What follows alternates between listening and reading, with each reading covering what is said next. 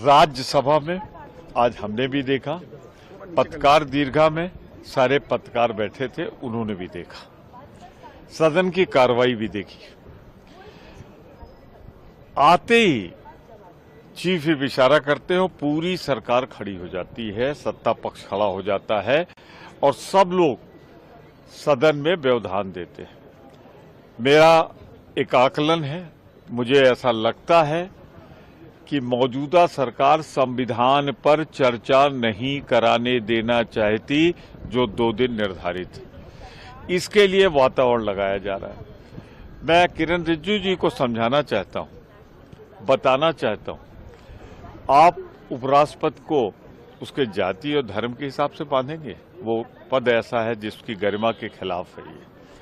और अगर मैं कहूं कि आप नेता विरोधी दल को इसलिए नहीं बोलने देते क्योंकि वो दलित समुदाय से आते हैं, तो मैं भारतीय जनता पार्टी की सरकार पर आरोप लगाता हूं कि वो दलित विरोधी।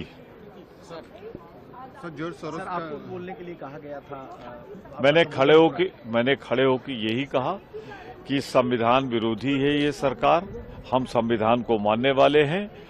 और उसके बाद माइक बंद कर दिया गया, जो कुछ भी आ पाया हो कार्रवाई में। लेकिन जब उनको जितना मौका दिया गया था, कम से कम उसका आधा तो मुझे दिया जाता। मैं इसीलिए कहना चाहता हूं कि ये सरकार इसलिए नहीं बोलने देती नेता विरोधी दल को क्योंकि वो दलित समुदाय से आते हैं, 50 वर्ष का उनका अनुभव है, वरिष्ठतम है इस हाउस में।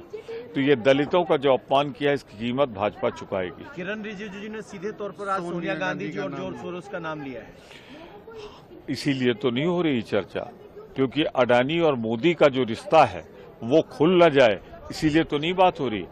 अडानी ने यहाँ 23,000 करोड़ रुपए रिश्वत किसको दी और उस पर चर्चा करा ले, हम बताएंगे कि सरकार में बैठे हुए सरकार चलाने वाले लोगों को दी।